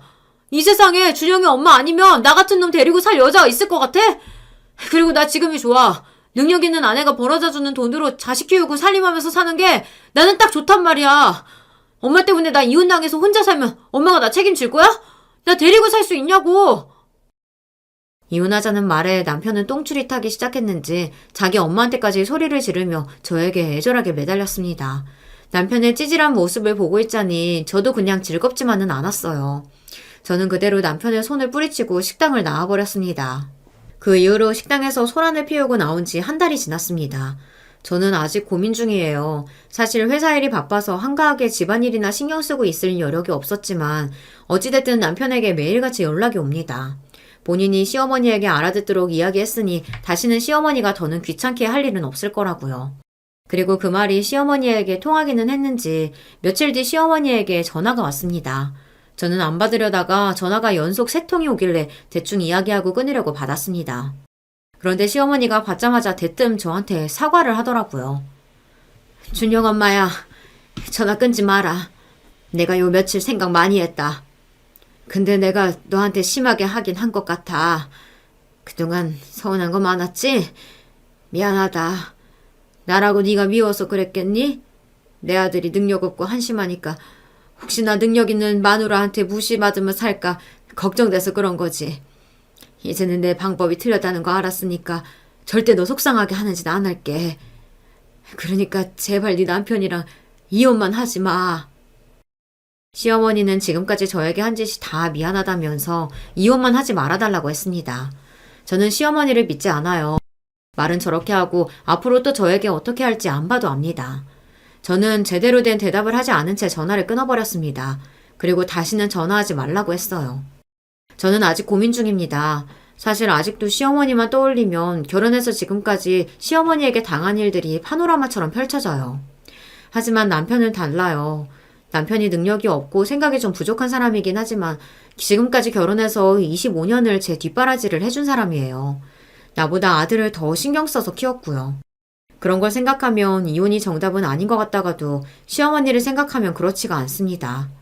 그동안 옆에서 제가 사는 걸 쭉 지켜봐온 친정엄마와 아들은 제가 어떤 결정을 하든 응원해주겠다고 했어요. 저는 아직도 모르겠습니다. 여러분의 생각은 어떠세요? 남편 말대로 이혼하지 않고 시어머니와만 인연을 끊고 살면 모든 문제가 해결되는 걸까요? 아니면 이혼하고 제 인생에 더 열중해서 사는 게 답일까요? 회사 일을 결정하는 것도 이렇게 힘들지는 않은데 집안일이 저에게는 회사 일보다도 더 힘드네요. 여러분께서 제가 어떻게 하면 좋을지 좋은 방법을 좀 알려주세요. 댓글로 여러분의 의견 남겨주시면 하나하나 꼼꼼히 읽어보겠습니다. 끝까지 제 이야기 들어주셔서 감사해요. 여러분의 가정은 언제나 즐거운 일만 가득하시길 바랄게요. 안녕하세요. 저는 40대 여성입니다. 예전에 제가 겪었던 일을 말씀드리려고 사연을 보내봅니다. 저는 상당히 어린 나이에 결혼했어요. 요즘 제 또래들은 30 넘어서 결혼하는 일도 굉장히 많은데요. 저는 20 넘은 나이에 남편을 만나 결혼했습니다. 집이 어려서부터 잘 살지 못해서 상업고등학교를 나와서 바로 취직을 한 터라 당시에도 이미 직장인이기는 했지만요. 직장 다니다가 근처 카페를 운영하던 사장님인 남편을 만나서 호감이 싹 텄고 결혼까지 하게 되었죠. 나이 차이가 좀 나는 편이었지만 그것도 안 느껴질 정도로 잘 맞았고 제가 참 많이 좋아하기도 했어요. 남편이 워낙 좋은 사람이기도 했고요. 사실 저는 어린 시절에 부모님을 모두 잃고 이모댁에서 자랐습니다. 부모님 두 분 모두가 교통사고로 한날 한시에 세상을 떠나셨어요. 제가 겨우 초등학교도 들어가기 전 이야기죠. 너무 어린 시절이라서 제게는 부모님에 대한 선명한 기억은 하나도 남아있지 않습니다. 저 하나만을 남기고서 부모님이 세상을 떠나셨으니 저를 책임져 줄 사람도 없었죠. 그래서 당시 어머니의 딱 하나 있던 언니인 이모가 저를 데려다 길러주셨어요. 이모는 아주 좋은 분이었습니다. 다만 이모 댁은 아주 가난했고 이모에게 아이가 셋이나 더 있었죠. 이모는 차별 없이 저를 길러주셨지만 아무리 그래도 친부모의 사랑은 다르잖아요. 저는 어린 시절부터 친부모의 사랑 없이 자라났고 그래서 약간 애정결핍이 심한 성격이 되기도 했습니다. 이모 탓을 하는 건 아니에요. 다만 이모가 아무리 좋은 분이고 아무리 정성을 다해 길러주셨다 한들 부모와는 다를 수밖에 없었던 거죠. 자기 아이가 셋에 집은 가난하고 이모부는 술만 마시는 분이었으니 이모에게도 한계가 있었던 겁니다. 그래서 이모께는 감사한 마음밖에 없지만 어쨌든 제 어린 시절은 결핍으로 가득 차 있었어요. 그런데 그나마 이모가 길러주셔서 다행이었지만 이모부가 정말 소위 말하는 개차반이었습니다. 이모부는 알코올 중독에 가까울 정도로 술을 마셔댔는데 게다가 바람까지 피우는 남자였죠. 이모는 이모부가 바람 피운 흔적을 본 날이며 스트레스를 받아서 혼자 우시고는 했어요. 심지어 이모부가 만난 여자들이 집으로 찾아오는 일까지 벌어졌었죠. 가난하고 허름한 반지하방에 남편의 상한녀가 찾아오는 상황 상상할 수 있으세요? 그럼 이모는 악다구니를 썼고 저와 사촌들은 방에 들어가서 문을 잠그고 무서워 벌벌 떨면서 앉아있고는 했죠. 그런 상황에서 이모가 건강히 오래 사실 수가 없는 노릇이었어요. 이모는 결국 암에 걸려서 시름시름 앓다가 제가 고등학교 2학년 때 돌아가셨습니다. 이모부는 그때만 잠깐 정신을 차린 것 같다가 몇 개월 지나자 다시금 알코올 중독에 빠져들었고요. 사촌들과 저는 서로 의지하면서 좀 더 버티다가 고등학교를 졸업하고 취직을 했습니다. 저보다 2살 어린 막내 사촌까지 모두 취직하고 나서 우리는 다 같이 집을 나와버렸죠. 그때쯤 저는 결혼해서 남편과 함께 살게 되었고요. 이런 상황에 나이 차이가 좀 많이 나는 남편을 만나게 된 건 어찌 보면 당연한 일이었던 것 같아요. 저는 자라면서 단 한 번도 의지할 만한 좋은 어른을 만나본 적이 없었습니다. 이모는 좋은 분이었지만 자기 상황과 어려움 때문에 견디기 힘들어하셨고 제 고민 상담을 해본 적은 없었어요. 이모가 힘들어하시는 걸 위로해드린 적은 많았지만요. 이모부는 그야말로 개차반인 인간이었고 가끔 쳐들어왔던 이모부의 상간녀들은 그보다 더 밑바닥이었죠. 제게 어른들이랑 그냥 그런 존재들이었어요. 하지만 남편은 아주 좋은 사람이었고 나이 차이가 많이 나는 것조차도 단점이 아니라 오히려 장점으로 느껴질 정도였습니다. 그만큼 성숙한 느낌이 들었으니까요. 마치 나이 많이 차이 나는 오빠나 아빠처럼 느껴졌어요.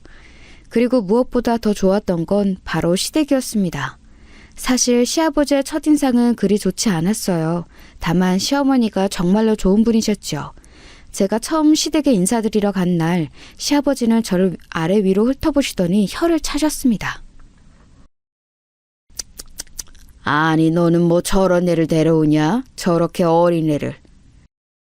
아버지, 그래도 생각하는 건 굉장히 성숙한 사람이에요. 볼품도 없고, 에이. 시아버지는 사람이 앞에 있는데도 아무런 상관없이 못났다는 뜻이 담긴 말을 거침없이 하시더군요. 물론 제가 다른 아가씨들처럼 예쁘거나 멋을 잘 내는 타입은 아니었어요. 사실 그렇게 힘들게 평생을 살아왔으니 멋을 낼 줄 아는 게 더 이상한 일이겠죠.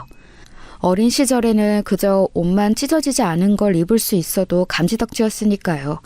그리고 멋을 못 내는 게 딱히 부끄럽다고 생각해 본 적도 없는데 시아버지의 그 말을 들으니까 갑자기 너무 부끄러워지더라고요. 삐쩍 마른 몸에 옷이라고는 몇 벌 안 되는 걸 계속 돌려입는 편이었으니까요. 그래도 시댁에 인사드리러 처음 가는 거라고 제일 깨끗한 옷으로 골라 입은 거였는데 시아버지는 너무 우습다는 듯이 말씀하셨습니다. 제가 주눅이 들자 옆에 앉아 계시던 시어머니가 웃으면서 얼른 차와 과일을 권하셨어요. 그러고서는 남편한테 뭔가 소곤거리시더라고요. 사실 뭐 모자간에 하신 말씀이야 많을 테니 이상하게 여기지는 않았었지요. 시어머니는 그 후 부드럽게 화제를 돌려서 제 취향이나 식성 같은 걸 물어보셨습니다. 나중에 올 때 먹고 싶은 걸 해놓겠다고 고맙게 말씀하시면서요. 난 네가 나타나준 것만 해도 고맙다. 난 아들이 아예 결혼 안 하고 노총각으로 평생 살 줄 알았어. 그런데 네가 나타나서 드디어 결혼을 하겠다고 하는구나. 시어머니는 그렇게 말씀하시면서 웃으셨습니다. 남편하고 비슷하게 다정한 분이셨고 처음 배웠던 날부터 친절하셨어요. 시아버지는 저를 싫어하시는 것 같지만 시어머니는 다정하셔서 마음이 복잡해진 채로 시댁을 나서게 되었었죠. 그렇게 나오고 나서 당시에는 예비신랑이던 남편이 옷을 한번 사주더라고요. 왜 갑자기 사주냐고 했더니 예비신랑이 웃으면서 그러는 거였어요. 시어머니가 예쁜 옷 사주라고 했다고. 이제 아내 입성은 남편이 책임져야 하는 거라고요. 저 힘들게 하지 말고 꼭 남편 되는 네가 옷 골라서 사주고 모든 걸 보살펴주라고 하셨다고 했어요. 솔직히 진짜 감사해서 조금 울컥하더군요. 저는 당시에 옷을 사본 일이 거의 없어서 제 취향이라는 게 존재하지 않았던 시절이었어요. 옷을 어디서 어떻게 사야 잘 살 수 있는지도 잘 모르는 애였죠. 남편은 카페를 하면서 상당히 멋쟁이인 사람이었고 그만큼 여성들의 옷도 잘 알았어요. 그런 사람이 어째서 저를 선택했는지는 잘 모르겠지만 남편은 제 스타일에 맞는 옷을 찾아서 선물한 거였습니다.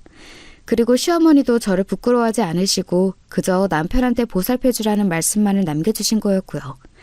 당시까지 누군가 다른 사람이 저를 신경 써준 적이 많지 않았었죠.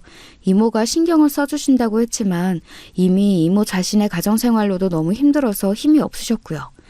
돌아가시고 난 이후에는 정말 사촌들과 우리끼리 남은 상태라서 빈말로라도 다른 이한테 신경 쓸 여력이 없었어요. 모두가 말이죠.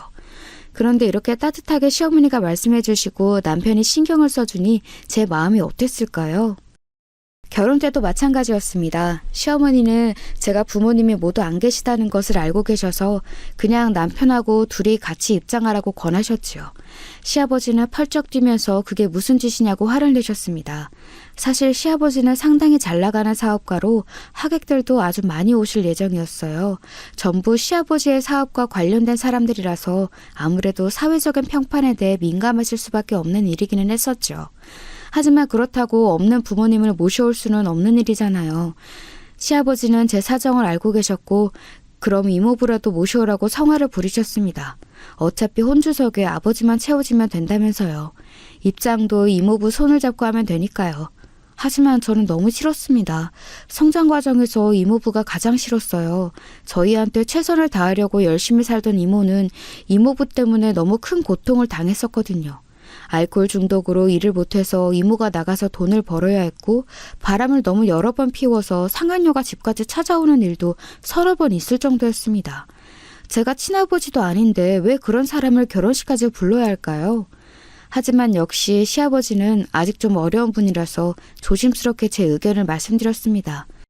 이모부가 워낙 바람도 많이 피우시고 가정에 충실하지 못했던 분이라서 제 아버지 자리에는 모시고 싶지 않다고요. 그랬더니 시아버지가 대뜸 이렇게 말씀하시는 거예요. 아니, 남자가 바람 좀 피우는 게 뭐가 어때서 그러냐. 남자란 다 그런 거야. 네가 어리숙해서 세상을 모르는 거다. 이 세상에 여자 선원 안 만나고 다니는 남자가 어디 있어? 시아버지는 그렇게 큰 소리를 치면서 저를 한심하다는 듯이 쳐다보셨습니다. 솔직히 저는 좀 충격이었어요. 까다롭고 못된 성품이긴 했지만 그래도 시아버지는 평생 제대로 된 가정을 꾸리고 산 분이었습니다. 그런 분은 당연히 가정의 기본적인 예의를 지키고 정상적인 개념을 가진 사람일 거라고 생각하고 있었거든요. 그런데 전혀 그렇지가 않았던 거죠. 옆에 있던 시어머니의 얼굴이 새파랗게 질리면서 굳었지만 시아버지는 아랑곳하지 않았습니다. 시아버지는 계속해서 이모부를 모셔오라고 주장하셨는데요. 저는 한숨을 쉬고서 결국 이모부가 알코올 중독에 평생 일을 안 하셔서 지금 연락이 되지 않는다는 사실을 털어놓았죠. 시아버지는 그건 좀 심각하게 받아들이시더군요. 본인이 열심히 일해서 사업가로 잘 나가는 사람이라서 그런지 능력이 없는 사람은 무척 한심하게 생각하는 분이기도 했거든요. 에휴, 그럼 연락이 되어봤자 노숙자 신세겠군. 에이, 됐다. 그냥 그럼 너희 둘이 입장해라. 결국 시아버지도 뾰족한 해결책을 찾지 못했고 시어머니의 주장대로 저희 둘이 같이 입장하는 것으로 결론지어졌습니다. 시어머니는 하지만 그 후로도 시아버지를 보는 표정이 편안하지 않으셨죠. 솔직히 말하면 저 역시 시아버지가 더 싫어지게 되었습니다. 분명히 제가 생각하는 건강한 개념하고는 너무 차이가 있는 발언이셨으니까요. 그래서 결혼은 무사히 끝났습니다. 시아버지가 사업가시다 보니 주변 사람들 눈을 생각해서 엄청나게 화려하게 진행이 되었어요. 호텔 결혼식장에서 진행했는데 솔직히 저는 매우 불편했습니다. 제 생전 이런 화려함과는 관계가 없이 살기도 했고 이런 걸 좋아하지도 않았거든요. 그리고 이런 행사가 전부 시아버지의 사회적 평판에 초점이 맞추어져 있다는 사실을 깨닫게 되어서 더욱이나 싫었습니다. 사실 저와 남편이 평생을 약속하는 가장 소중한 날인데 정작 저와 남편은 옷 갈아입고 손님 맞이에 메이크업에 정신이 쏙 빠져서 서로 얼굴조차 마주보기 힘들었거든요. 식중에야 얼굴을 보는데 서로 지쳐 보여서 약간 웃음이 나올 정도였어요. 식이 끝난 뒤에도 피로 연장을 돌면서 면식도 없는 시아버지의 손님들에게 인사하고 칭찬하시면 아니라고 겸양하는 것도 힘든 일이었죠. 그게 테이블마다 반복이 되었으니까요. 그래도 한 가지 안도되는 것은 시어머니의 존재였습니다. 시어머니는 제가 힘든 것을 눈치채고서는 가능한 피로연에서 인사하는 걸 빨리 끝내게끔 하고서 저를 쉬도록 해주셨어요. 정말 기절할 만큼 힘들더군요. 시아버지는 마치 본인이 결혼식의 주인공인 것처럼 한껏 들떠서 손님들과 떠들고 있었고 그 곁에서는 남편이 아주 피로한 얼굴을 한 채 맞장구를 치고 있었습니다. 남편이 가여웠지만 제 코가 석자라서 옆에 있어주지는 못했어요. 신혼여행을 다녀와서 시댁에 인사를 드리러 갔는데 시아버지는 그때도 아주 근엄한 얼굴을 하고서 깜짝 놀랄 말씀을 하셨습니다. 예, 너 지금 직장 그만둔 거지? 예, 아버님. 제가 그만두라고 했습니다. 제 벌이로도 둘이서 얼마 되지 먹고 살아서요. 아무리 그래도 그건 아니지. 요즘 세상에 자기 먹을 건 자기가 벌어야 한다. 밥값은 해야지. 시아버지는 아주 점잖게 저한테 사람은 일을 해야 하는 거라고 충고를 하셨습니다. 사실 저도 마냥 집안에서 가정주부만 하는 것보다는 바깥에서 일하는 게 더 활력이 있을 거라고 생각하긴 했어요. 그런데 시아버지는 제가 시아버지 회사에서 일하라고 권해오셨죠. 아버님 회사에서요? 그래, 내 가까운 비서로 일하면 딱 되지 않겠느냐. 가족이니 믿고 일을 맡길 수도 있고. 하지만 제가 일을 잘 못해서 답답하실 텐데요. 걱정 마라. 다 혼나면서 배우는 거지. 시아버지는 관대한 듯이 말씀하셨지만 그 말씀의 뜻은 명확했어요. 잘못하면 혼내겠다, 그냥 그거였죠. 그런데 제가 뭐 아니라고 할 수 있는 상황이 아니더라고요. 남편은 하지 말라고 말렸지만 그래도 저도 일은 하고 싶었고 딱히 다른 일자리가 없었고요. 시아버지 사업이 꽤 잘 되고 있기도 해서 거기서 일을 배우다 보면 나중에 이직도 할 수 있겠지 싶었어요. 그래서 그냥 시아버지 권유대로 일을 하기 시작했죠. 그런데 정말 일 시작하고 나서 한 달도 안 되어서 후에 막급이더라고요. 시아버지는 시아버지로도 엄청 별로인 사람이었는데 사장으로 모시니까 정말 최악인 인간이었어요. 저는 가족이라 믿을 수 있다면서 가장 가까운 비서 일을 하라면서 자리를 주셨거든요. 그런데 그 자리가 전임 비서가 거의 도망치다시피 하면서 그만두고 나간 자리였어요. 대체 시아버지가 무슨 짓을 했길래 이렇게 급박하게 그만둔 건지 알 수가 없더군요. 더 충격인 건 제가 자세히 살펴보다 보니 제 전임자만이 아니라 그 전임자도 다 근무기간 6개월을 못 넘기고서 그만두었다는 사실이었습니다. 자, 이쯤 되면 제가 당시 느꼈던 불안을 이해하시겠죠? 대체 어떤 식으로 행동을 하면 사람들이 다들 6개월도 채우지 못하고 그만둔 건지 말이에요. 한둘도 아니고 제가 확인한 사람만 5~6명이었고요. 그런데 한 달쯤 일을 하다 보니까 알겠더군요. 시아버지가 일단 비서에게 시키는 업무량이 엄청났습니다. 보통 비서는 대표의 스케줄 관리나 외부와의 소통 정도를 하는 것으로 알고 있었는데 그게 아니라 격리가 하는 일까지 전부 다 해야 하더라고요. 시아버지의 왈. 비서는 하는 일이 별로 없으니까 월급 도둑 안 만들려면 다른 일도 다 해야 하는 거라고 하더군요. 아니, 비서 일이 그렇게 적으면 시아버지 본인이 일정 확인하고 조정하면 되는 일 아닐까요? 회사 대표 전화와 고객 상담, 거래처 소통까지 맡으라고 하면서 격리 업무까지 맡기고 비서 업무도 하라고 하면 대체 누가 이 일을 하려고 할까요? 심지어 월급은 최저시급이었습니다. 거기다 저는 며느리니까 회사 경비를 절감해야 한다면서 야근을 해도 야근비도 주지 않으셨고 식비도 안 주셨어요. 회사에서 저희 집이 좀 가까웠는데 집에 가서 먹고 오라면서요. 그런데 아무리 집이 가까워도 다녀오는데 적어도 1시간은 넘게 걸렸거든요. 가서 만들어 먹고 다시 오려면요. 그런데 시아버지는 1시간도 아니고 50분 만에 먹고 와서 자리에 착석해 있어야 하는 거라고 화를 냈습니다. 내가 너한테 적선하는 거냐? 난 자선사업가 될 생각이 없다. 아버님, 하지만 가는데 20분은 넘게 걸리는걸요. 밥 먹고 바로 와도 50분 이상은 걸려요. 그럼 자전거를 타고 다녀. 그런 소리는 자전거를 사주고 나서 하든가 아님 50분 만에 못 오는 게 싫다며 식비를 주든가 하면 될 일이었죠. 하지만 시아버지는 아무것도 하지 않고 그저 아무렇게나 밥을 해결하고 바로 사무실로 들어와 있으라고 강요만 했습니다. 아마 전임자들한테도 이렇게 똑같은 행동을 했을 거라고 생각하니 그 사람들이 왜 6개월도 버티지 못하고 그만둬 버렸는지 그제 알겠더라고요. 최악의 시아버지이고 최악의 상사였습니다. 알고 보니까 시댁에서 시어머니한테도 정말 함부로 대하시더군요. 시아버지한테 가장 중요한 건 사업과 사회적인 평판이 다인 것 같았어요. 사람들 앞에서는 시어머니나 저한테 아주 세상에서 가장 자상한 사람인 것처럼 대했는데 딱 집으로 들어가거나 저희들끼리 있으면 난리도 그런 난리가 없었죠. 시어머니한테도 항상 하대하면서 뭐 가져와라, 뭐 해와라 말도 많았고요. 세상에 그렇게 고압적이고 인정사정 없는 사람이 있을 줄은 생각도 못했어요. 물론 이모부도 한심하기 그지없는 인간이었지만 그냥 한심함에서 그치는 정도였다면 시아버지는 정말 사람이 나쁜 수준이었거든요. 그래서 저는 시어머니한테 더 감정적으로 기울 수밖에 없었어요. 시어머니는 언제나 온화하고 다정한 분이셨고 저를 잘 챙겨주셨거든요. 다만 좀 몸도 마음도 약한 편이셔서 그게 걱정일 뿐이었죠. 기가 약해서 시아버지가 마구 소리를 질러대면 대꾸를 못하셨고 저한테 함부로 할 때는 시아버지를 말려주시기는 했지만 그렇다고 이기지는 못하셨어요. 그런 면들이 참 가슴이 아파서 점점 더 제가 시어머니를 보호해야 한다는 생각이 커지기 시작했었지요. 어릴 때 잃었던 부모님에 대한 사랑이랄까 그런 게 대신 느껴지는 것 같기도 했습니다. 남편도 아주 다정하고 시어머니께 잘하는 사람이었지만 시어머니를 닮아서 좀 유약한 편이었거든요. 저는 남이 공격하면 최후의 순간엔 물어뜯기라도 하는 성질이라도 있었는데 시어머니하고 남편은 그것마저도 없는 순둥이들이었어요. 그래도 집안의 경제권을 시아버지가 쥐고 있으니 별 수 있나요?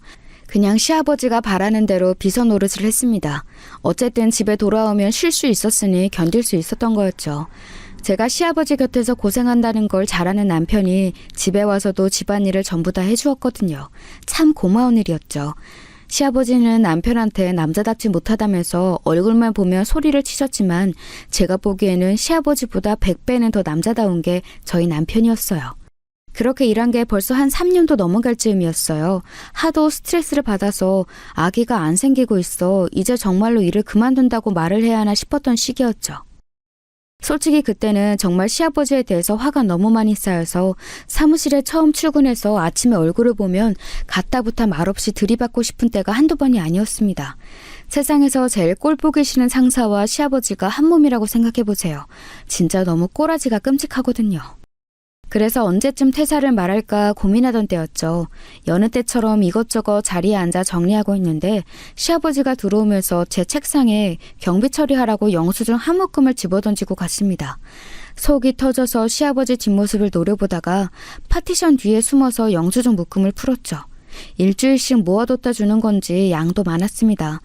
원래 개인적으로 쓴 건 경비 처리를 하면 안 되는데 죄다 하고 있어서 일하기도 너무 싫었어요. 그런데 영수증을 하나하나 살피다 보니 좀 이상하더라고요. 술집 뭐 일건 괜찮아요. 친구랑 갈 수도 있으니. 그런데 그 뒤에 바로 호텔 영수증이 있는 겁니다. 그것도 낮에요. 게다가 비슷한 시기 보석을 산 영수증도 있었고요. 이상해서 다시 예전 영수증을 들춰봤습니다. 그전에는 별다르게 생각은 안 했는데 묘한 영수증들이 눈에 띄더군요.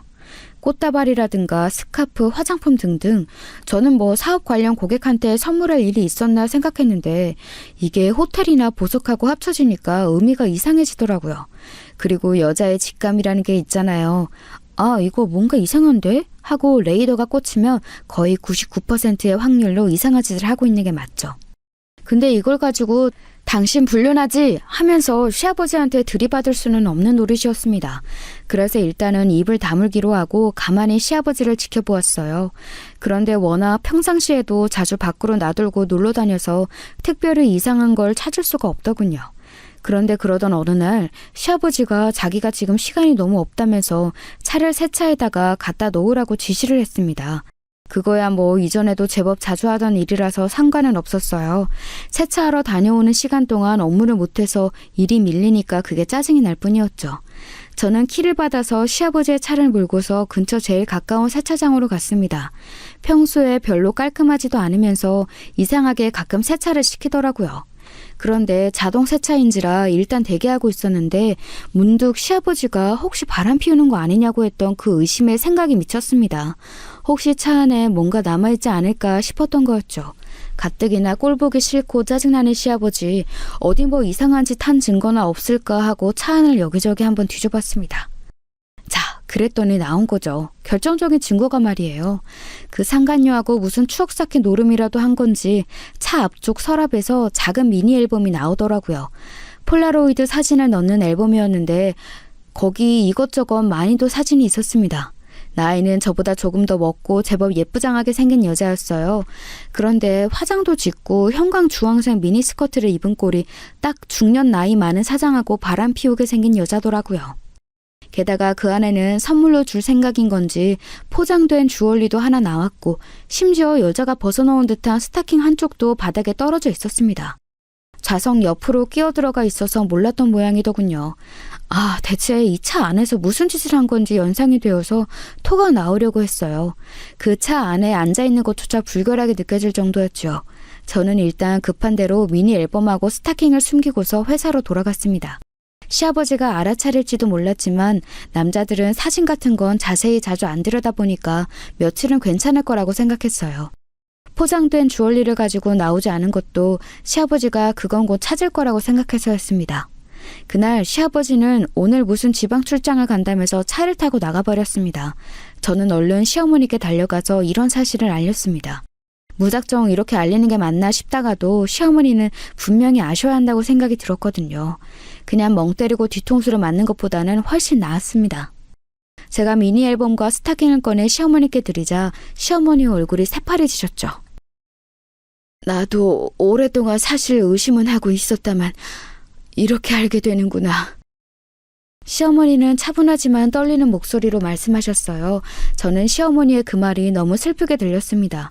이모부가 바람 피울 때마다 좌절하던 이모가 생각나기도 했고요. 시어머니는 미니 앨범에서 하나씩 사진을 꺼내 보면서 살폈습니다. 그중 한 사진의 뒤에 뭔가 쓰여 있더라고요. 시어머니가 그것을 소리내어 이것을 읽었습니다. 예쁘고 섹시한 거래처 격리 송양. 전구 납품해 주다가 한 컷. 어머니 잠시만요. 전구 납품이요? 저는 놀라서 그 사진을 받아들었습니다. 저희 회사에 전구를 납품하는 거래처는 딱 하나였죠. 그것도 저희 회사에서 그리 멀리 떨어지지 않은 곳에 위치한 회사였습니다.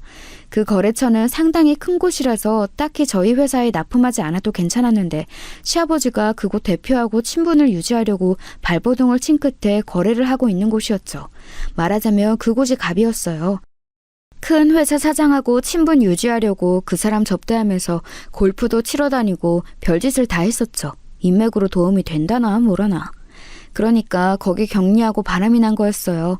시어머니는 상백한 얼굴로 결혼하게 저한테 물으셨습니다. 거기 연락처와 주소 좀 다오. 네? 어머님 어쩌시려고요? 그래도 가서 대면하고 화라도 내봐야 하지 않겠니? 상간녀한테 속풀이라도 해야지. 솔직히 말하면 시어머니가 걱정이 되었습니다. 시어머니는 아주 유약하고 온화한 분이었어요. 다른 말로 하면 싸움을 전혀 못하시는 분이라는 뜻도 되었죠.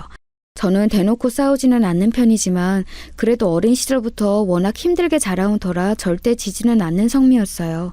반면 시어머니나 남편은 너무 부드럽고 다정한 분들이라서 이런 경우에 좋은 성격이 아니었죠. 어머님, 그럼 저랑 같이 가요. 아니다. 나 혼자 가련다. 지금만 해도 충분히 부끄러운데 거기를 어떻게 며느리하고 같이 가겠니? 시어머니는 결연하게 말씀하셨습니다. 지금 가장 속이 터질 분이 시어머니신데 그렇게 말씀하시는 상황에서 제가 고집을 부릴 수는 없었어요. 그래서 그냥 다녀오시라고 시어머니를 놔두렸습니다. 저는 안절부절하면서 시댁에서 전화를 기다렸습니다. 저녁 시간이 거의 다 되었는데 그때까지도 안 오셔서 제가 너무 걱정이 되었어요. 솔직히 상식 이하의 인간을 만나러 간 거니 무슨 일을 당할지 알겠나요? 그래서 저라도 쫓아갔어야 하는 거 아닌가. 어차피 그쪽 다 아는 인간들이니 제가 도움이 되지 않았을까 자꾸만 고민이 되었습니다. 그때라도 일어나서 시어머니 찾아 나가야 하나 싶었어요. 그런데 그때 현관이 열리면서 시어머니가 들어오셨습니다. 아니 어머니, 얼굴이 그게 뭐예요? 저는 저도 모르게 비명을 질렀습니다. 시어머니 얼굴은 붉게 부어있었고 머리는 산발이었어요. 뺨을 맞은 게 분명히 보이는 얼굴이었죠. 누군가 핥히었는지 얼굴에 손톱 자국도 나 있었고요. 시어머니는 얼굴에 운 자국까지 잔뜩 나 있어서 정말 엉망진창이었습니다. 저렇게 온화하고 착한 양반을 대체 누가 절여놨는지 솔직히 단숨에 추리가 되어서 아주 잘 알 것 같더라고요. 내가 인연을 그냥... 아니다. 아니야. 그만해라. 괜찮아. 하지만 어머님 지금 얼굴이... 그래. 내가 알아서 할 테니까 넌 가만히 있으렴. 너까지 끼어들면 정말 우리 집안이 풍비박산 난단다. 시어머니는 제게 매달리면서 간곡하게 말씀하셨습니다. 저는 시어머니가 잡으시는 손에 힘이 없어서 차마 뿌리치지도 못하고 그 자리에 다시 앉았어요. 그런데도 저를 바라보시는 눈이 붉게 물들어 있고 뺨에 온 흔적이 보이니 마음이 편할 리가 없었죠. 게다가 맞은 게 선명하게 보이는 부은 뺨에 머리채를 잡힌 듯 엉망이 된 헤어까지 정말 난장판이었어요. 그 여자 그렇게 안 봤는데 아주 거지 같은 년이네요. 내가 대놓고 물었더니 도리어 화를 내더구나. 자기가 진짜 마누라가 될 자격이 있는 사람인데 네가 버티고 있어 그 사람이 이혼을 안 한다면서. 정말 그래도 회사 자리에 있긴 했어요? 내가 대체 이게 뭐냐고 했더니 내일 다시 오라고 3자 대면이라도 하자면서 거들먹대더구나. 어쩌면 저런 인간이 다 있는지. 시어머니는 애써 참았지만 결국 울음이 다시 터졌습니다. 고개를 숙이고 조용히 눈물만 흘리시는 시어머니 어깨를 붙들고서 저는 최선을 다해 위로를 해드렸어요. 그래요. 시아버지가 오늘 지방 출장을 간다면서 나갔으니 내일 오후쯤 돌아오겠죠. 속에서 열이 뻗쳐서 눈이 뒤집히더라고요. 사실 시어머니처럼 다정하고 좋은 분을 제 인생에서 만나게 된 건 행운이었어요. 마치 제 친어머니처럼 기댄 채 결혼 생활을 이어올 수 있었죠. 그런데 그런 분을 한낱 상간녀라는 년이 욕을 하는 것도 모자라서 손찌검을 하다니 그냥 둘 수 있나요? 게다가 저는 자라나면서 상간녀들이 제멋대로 굴었던 이모와 이모부의 가정을 목격했습니다. 그리고 그게 얼마나 이모를 갉아먹고 비참하게 만들었는지도 잘 알았죠. 그날 저녁 저는 퇴근한 남편을 붙잡아 앉혀두고서 상황을 설명했습니다. 남편도 당연히 경악했지요. 시아버지가 거지 같은 짓도 여러 번 했고 불륜도 한 적이 있었지만 이 정도로 상간녀가 건방지게 굴리라고는 상상하지 못했었던 것 같아요. 한참 전에 시아버지가 불륜했을 당시에는 혹시라도 지역사회에 소문이 퍼져서 사업길 막힐까봐 시어머니한테 싹싹 빌어서 간신히 이혼은 안 했다고 했습니다. 사업하면서는 어지간히 애초가 행세를 하며 다녔다고 하더라고요. 게다가 이 지역 특징이 독실한 개신교인이 많아서 바람 피우는 사람들을 인간 취급 안 하고 자기네 무리에 끼워주지 않는다고 했어요. 그래서 여기서 사업하면서 인맥 관리하려면 상당히 몸가짐이 깨끗해야 한다고요. 진짜 웃긴다.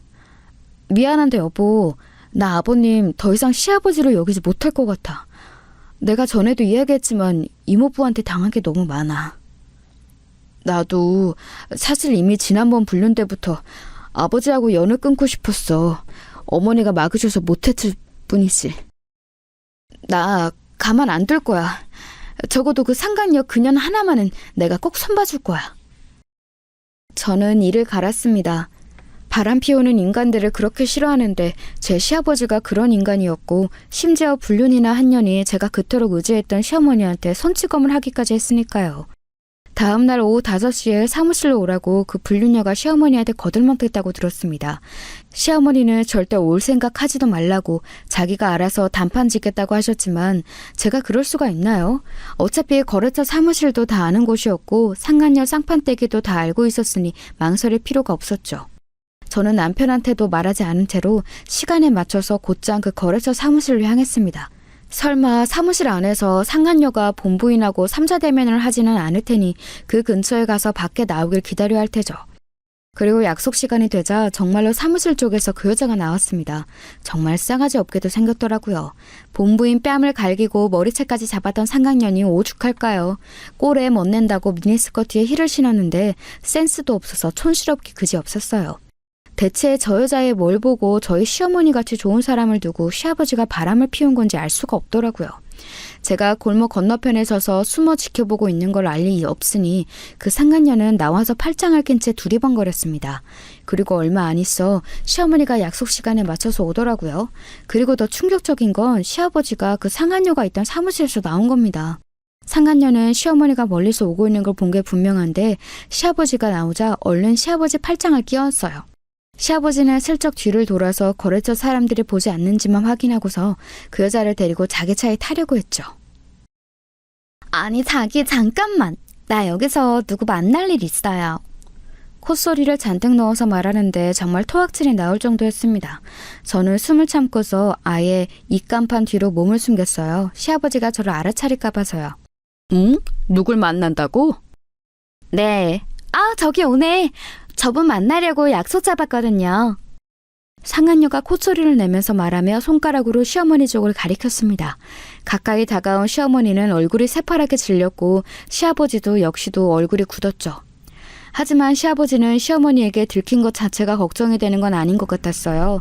시어머니 쪽은 그리 신경도 쓰지 않고 도리어 거래처 사무실에서 누가 나오지 않을까 걱정이 되는 듯 그쪽을 두리번거리며 살피느라 여념이 없었죠.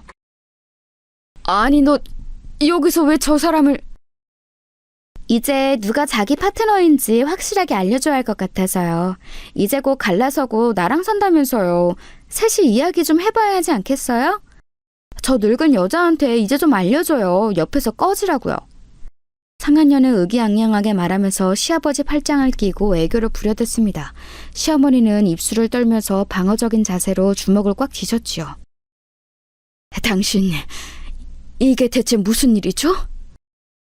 무슨 일이긴 무슨 일이야. 보면 몰라? 여기서 소란 피우지 마. 지금 저 안에 거래처 사람들이 있어. 당연하죠. 여기 거래처 사무실이고 저 여자는 그 사무실 직원이라면서요. 쉿! 교양 없이 목소리 키우지 말고 어떻게 이렇게 개념이 없어. 사무실 앞에서 소리를 지르다니. 교양하고 개념이 없는 건 당신이겠죠. 어떻게 나한테 이래요? 어머머머, 소리 지르는 것 봐. 저러니까 자기가 싫어하지. 그쵸? 상간녀가 몸을 비비적대면서 시아버지한테 애교를 부려댔지만 시아버지는 이제 혹시라도 사업 관련한 사람들이 이 광경을 볼까봐 신경이 쓰이는지 상간녀도 밀어내 버렸습니다. 상간녀는 시아버지가 밀어낼 거라고는 생각하지 못했던지 충격을 받은 얼굴이었어요. 저 상간녀가 불륜 저지른 것도 모자라서 어제 날 뺨 때리고 머리채까지 잡았다고요. 그래서 뭐 어쩌라고? 지금 여기서 이러지 말고 일단 자리 옮기지. 일단 옮겨서 이야기해. 뭘 옮겨요? 어딜 가? 시어머니는 그 온화하던 모습을 버리고 엉엉 울면서 소리를 질렀습니다. 그게 당연했죠. 평생 같이 살던 남편이 불륜을 한 번도 아니고 몇 번이나 저지르고 그 상간녀가 시어머니를 때리기까지 했으니까요. 그러자 상간녀는 시아버지한테 밀려난 분까지 밀려오는 듯 시어머니를 노려보았습니다. 상간녀는 시아버지 팔을 놓고서 시어머니한테 바짝 다가와서 또 때릴 듯이 얼굴을 들이밀고 귀신 같은 얼굴을 했죠. 야, 너같이 늙고 눈치 없는 게 붙어있으니까 골치가 아픈 거 아니야. 뭐라고? 너 또 맞아볼래? 야, 아무것도 할 줄 아는 것도 없는 게. 그러면서 또 손을 들어 올렸습니다. 골목 건너편에 숨어있던 저는 정말 더 이상 참지 못하고 달려들어서 그 상간녀 면상을 주먹으로 쳐버렸어요. 갑자기 튀어나온 저한테 손바닥도 아니고 주먹으로 얼굴을 맞은 상간녀는 비명을 지르면서 뒤로 넘어졌고 저는 그 여자를 마구 걷어찼습니다. 일부러 반지 낀 손으로 때렸기 때문에 상간녀 뺨에 길게 상처까지 나 있더라고요. 야, 네가 우리 어머님 때렸어? 야, 이 더러운 불륜녀 주제에 상파되게 갈아줘? 상간녀가 비명을 지르면서 도망치려고 했지만 발을 걸어 넘어뜨리고서 계속 때렸습니다. 거의 아작내다시피 하는 저를 멍하니 바라보다가 정신을 차린 시어머니가 급하게 말리면서 진정시키셨죠. 시아버지도 너무 놀랐는지 뒤로 주춤거리면서 물러났습니다. 상간녀는 못 움직이는지 몸을 꿈틀거리면서 기어가서 골목벽에 기대서 벌벌 떨더라고요. 저는 여차하면 몇 대 더 때릴 기세로 덤벼들려고 했고 상간녀는 제 살기 어린 기세를 느꼈는지 꼼짝도 못하고 두 팔 들어 머리를 가렸습니다. 야, 너 씨발, 내가 너 진짜 가만 안 둬. 너 죽고 나 죽어 더러운 상간녀 주제에 너 지금 누구를 건드려? 더럽게 몸 걸리고 다니는 년이 지금 뭐 하는 거야? 잠깐만, 세아가. 잠깐만 좀 칭 좀 하렴. 어머니, 저 놓으세요.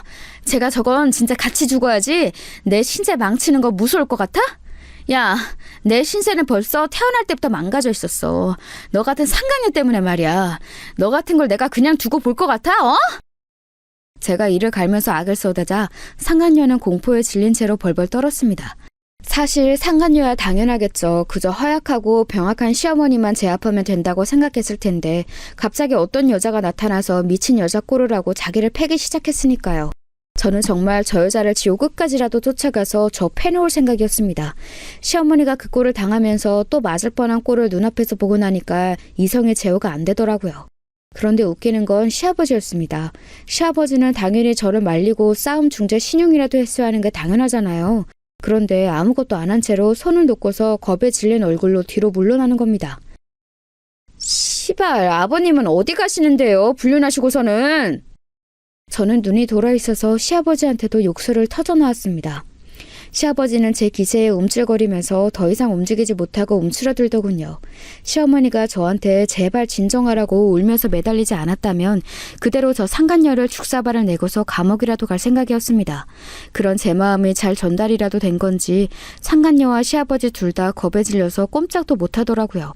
아니, 이 정도 반응을 감당해낼 배짱도 없으면서 무슨 놈의 불륜을 저지르고 본부인한테 그렇게나 모욕을 한 건지 이해가 되질 않았어요. 저는 숨을 몰아쉬면서 시아버지를 노려봤습니다. 아버님, 사업 인맥 아주 소중하시죠? 그죠? 근데요, 저 지금 이 불륜건 가만히 두고 보지는 않을 거예요. 적어도 아버님하고 사업하시는 관계자분들은 다 아셔야죠. 안 그래요? 세아가, 그러지 마라. 이게 오해가 있다, 오해가. 시아버지는 제 말에 화들짝 놀라면서 황급하게 저를 향해 두 손을 들어 올렸습니다. 하지만 지금 이 상황에 대해 무슨 오해가 있다는 걸까요? 시아버지는 그 상황에서도 시어머니를 향해 몰래 눈을 부라리면서 얼른 저를 말리라는 듯 눈짓을 했죠. 저는 그걸 당연히 놓치지 않았고 시아버지한테 버럭 화를 냈습니다. 지금 어머니한테 저 말리라고 하는 거예요? 그 싸가지 없는 눈깔로? 아니다. 그런 거 아니야. 일단 진정하렴, 새아가. 일단. 상간녀 놈 둘이 찍은 사진하고 영수증 다 모아서 뿌려줘요? 야, 너 몇 살이야? 몇 살이나 먹고 다 늙은이하고 불륜질이야. 네 엄마 이거 알아? 저는 눈이 돌아간 채로 그 상간녀한테도 소리를 질렀습니다. 상간녀는 공포에 질린 채로 황급하게 고개를 저었는데 그게 그렇게 한심스러울 수가 없었어요. 주제에 불륜이 나쁜 건 알아서 남들한테 알려지는 건 싫고 와이프 자리는 차지하고 싶고 그런 거잖아요. 어쩌면 저렇게 한심하고 밉살스러운지. 시아버지는 그야말로 무릎이라도 꿇을 기세로 저한테 다가와서 고개를 숙였습니다. 정말로 미안하다. 내가 그러려던 게 아니라 저 여자가 말이다. 나는 멀쩡하게 일하고 있는데 밤에 같이 술을 마시자고 하더구냐. 그러고서 날 호텔로 끌고 가서는 그만. 내가 그때 술이 취했던 게 잘못이다. 어머, 무슨 소리예요? 지금 내가 잘못이라는 거예요? 그 말을 들은 상간녀가 발끈하더군요. 멀쩡히 일하는 나한테 그 밤에 같이 술 먹자고 한 게 당신이잖아. 미호린 내가 좋다면서 자기 와이프 지겹다면서. 시끄러워. 내가 대체 언제 그랬단 말이야? 저 인간! 둘이 대놓고 싸우는데 정말 한심해서 못 보겠더군요. 아니, 그러게 와이프 놔두고 불륜하는 인간을 뭘 믿고 그렇게 기세등등했던 걸까요? 저는 순간 그 둘의 한심스러운 싸움을 보고 있자니 맥이 딱 풀렸습니다. 둘이 싸우는 동안 저는 시어머니 손을 잡고서 그대로 뒤를 돌았어요. 둘이 다 싸우고서 합의 봐서 나한테 말해요. 내가 어떻게 해줄지, 당신 부모나 친구한테도 불륜한 증거 다 보내버릴지, 아니면 아버님 사업 관계자들한테 보낼지. 뒤에서 상간녀하고 시아버지가 더 심하게 싸우기 시작했습니다. 상간녀 거래처에 이걸 터뜨리면 사실 시아버지나 상간녀 둘 다 망하는 거지만 둘 다 그 생각은 못하는 것 같더라고요. 그리고 며칠 뒤 시아버지가 초췌한 얼굴로 시댁에 돌아왔습니다. 그 시간 동안 저는 시댁에서 시어머니와 같이 생활했어요. 남편도 시댁에서 출퇴근을 했죠. 혹시라도 시아버지가 시어머니한테 뭔가 폭력을 가할까 무서웠거든요. 시아버지는 시댁에 들어와서 머뭇거리다가 시어머니 앞에 무릎을 꿇었습니다. 시어머니는 가만히 보고만 계셨어요. 결국 시아버지는 입을 열어서 사과의 말을 토해냈습니다. 미안해. 그러니까 내가 그 한눈 판 거 내가 잘못했네. 기어코 내가 그 미안하다는 한마디를 살아있을 때 듣긴 하네요. 하지만 당신 얼굴 이젠 보기 싫어요. 시어머니는 한숨을 쉬면서 그렇게 말했습니다. 저는 빤히 시아버지를 바라보다가 혀를 찼죠. 시아버지는 제 쪽을 보다가 움찔했습니다. 일단 증거 뿌리는 건 보류할게요. 다만 어머님한테 생활비 월 300씩 꼬박 보내시고 집 구해서 나가서 사세요. 어머님이 얼굴 보기 싫다고 하시니까요. 월 300은 좀... 싫어요? 난 괜찮아요. 아예 사업 못하게 만들어드려도 좋으니까. 아니다. 아니, 네 말대로 하마. 시아버지는 화들짝 놀라면서 고개를 휘젓고서 제 말에 동의했습니다. 남편과 시어머니는 아예 시아버지를 보고 싶지도 않다는 듯 고개를 돌린 채였어요. 시아버지는 제 말을 반드시 지키겠다고 약속한 다음 조심스럽게 집을 나갔습니다. 솔직히 속 시원하긴 했지만 애초에 이런 일이 일어나지 않았다면 더 좋았을 거라고 생각했어요. 시어머니는 그 이후 편하게 지내시긴 하지만 속은 가끔 상하신 것 같거든요. 그래도 잘했다고 생각하긴 해요. 하여튼 불륜하는 년놈들은 가만두면 안 되는 법이니까요.